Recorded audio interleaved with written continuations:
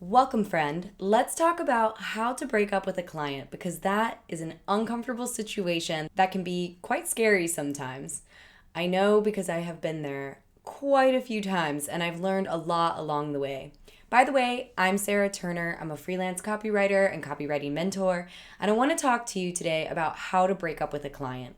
Because lo and behold, it is going to happen. If you freelance long enough or if you take on clients long enough, eventually you're going to come across one where you are like, we are not a good fit after all. Even if you do a test project, even if it's a few months in, there's going to come a time for whatever reason. There are many, many reasons this might happen where you're going to want to break up with your client. And I want to give you as many tools as I can to help this be as seamless as possible.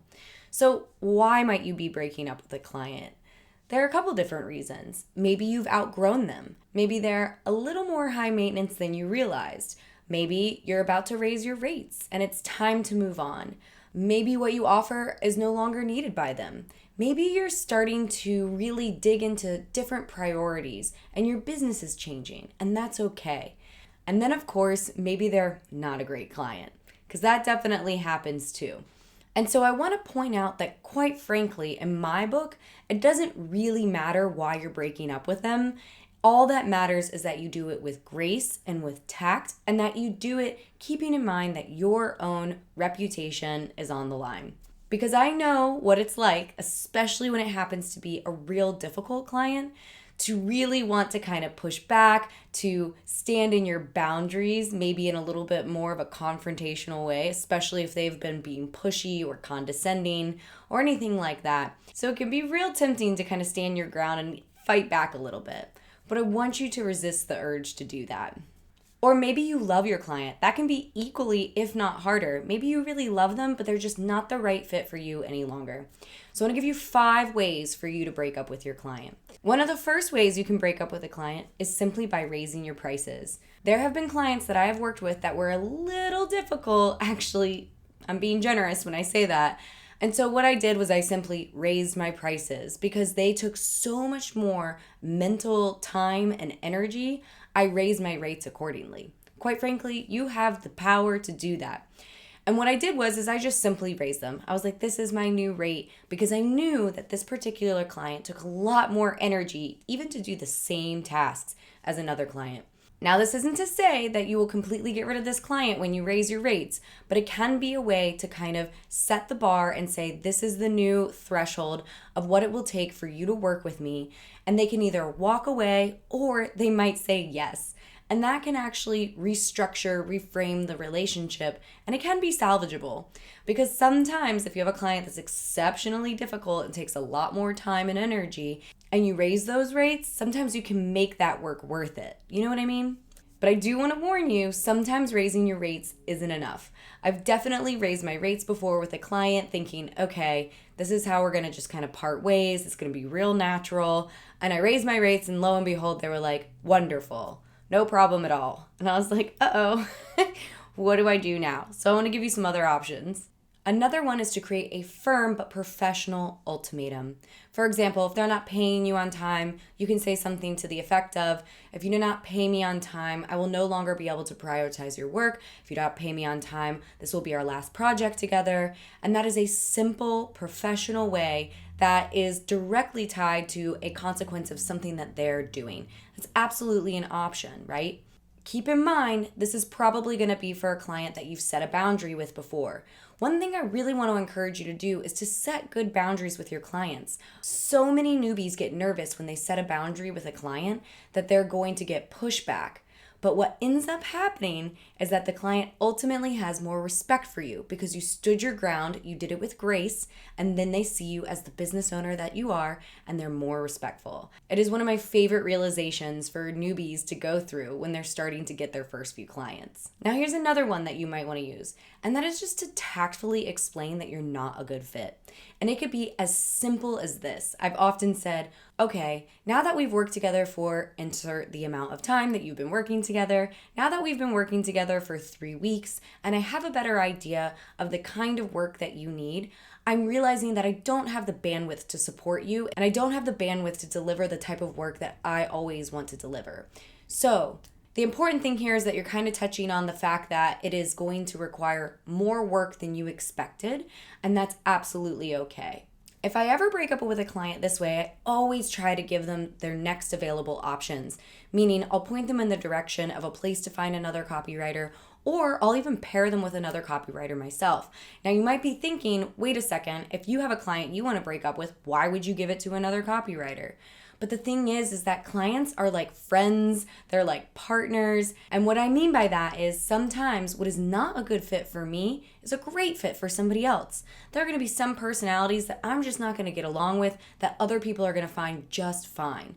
So you make sure that you disclose it to the other copywriter or whoever it is that you're passing along this lead to. You say, hey, this is why we're breaking up. You might not be bothered by this, but it just wasn't my jam. You explain that to them. And more often than not, you'll be able to find somebody who's just fine with whatever type of client that is. Another option is to honestly explain that you're redirecting your professional focus elsewhere.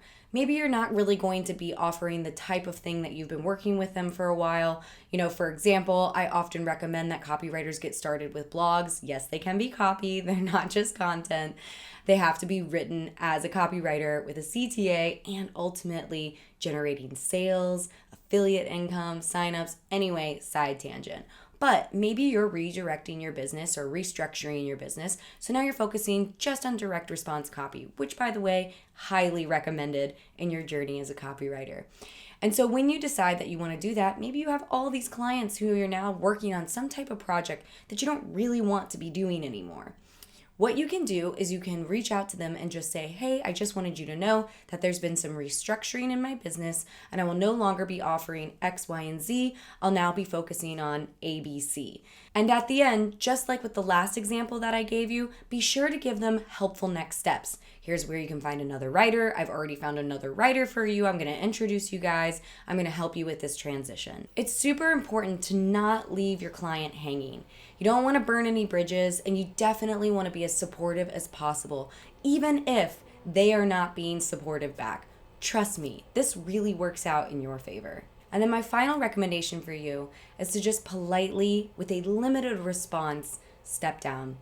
It is absolutely your prerogative to leave a client. And so you can say something as simple as, hey, so-and-so, I just wanted to let you know that at X date, I will no longer be able to offer the services that we've been working on together. However, I have gone ahead and put together some other options for you. I definitely want to make sure that this is a smooth transition, and I'm happy to answer any questions that you might have. This is one of my favorite things for you to incorporate as a business owner altogether. Less is more. Newbie freelancers tend to over-explain and over-justify. And sometimes when I work with them, they're over-explaining and over-justifying things that I'm not even thinking. They're creating a lot of excuses and things like that. And I'm like, I wasn't even worried about that. So remember, oftentimes, especially in scenarios like this, that less is more.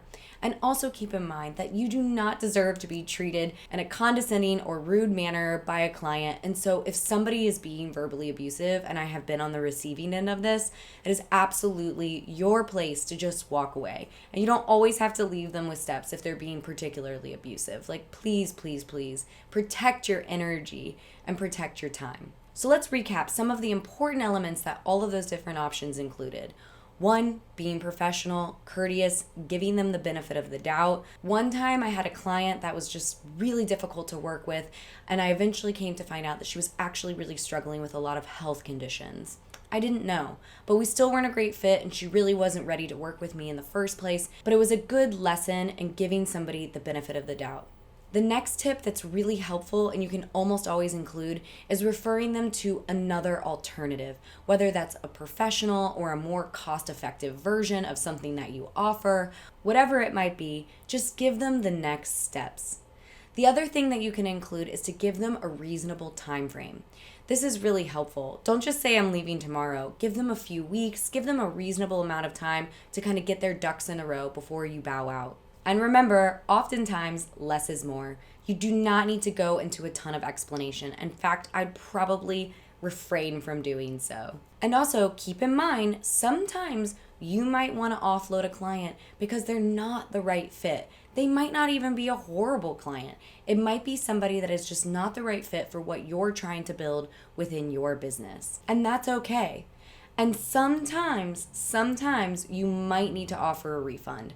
Very, very rarely do I offer a refund, but if it is somebody who is especially combative, sometimes the refund is the easiest thing to do to kind of get them out of your hair. And it's so important to keep in mind your own values, your own deal breakers, so that you are just not working with people who aren't in alignment with what you're trying to do in this world, with the things that mean the most to you. And when you know what your deal breakers are, you're going to be less likely to work with clients that you're going to need to break up with, but it is going to happen no matter what, because it is the nature of having clients. So thanks so much. Hang in there. I know how uncomfortable it is to break up with a client, but you've really got this. And also, you might want to expect that it's going to work out better than you can imagine, because that has often been the case for me. Go ahead and hit that thumbs up button if this helped. I'd love to hear from you in the comments if this was helpful for you, if you've had to break up with a client yourself, and of course, what you'd like to see in the future. And of course, don't forget to subscribe. Have a wonderful day, guys.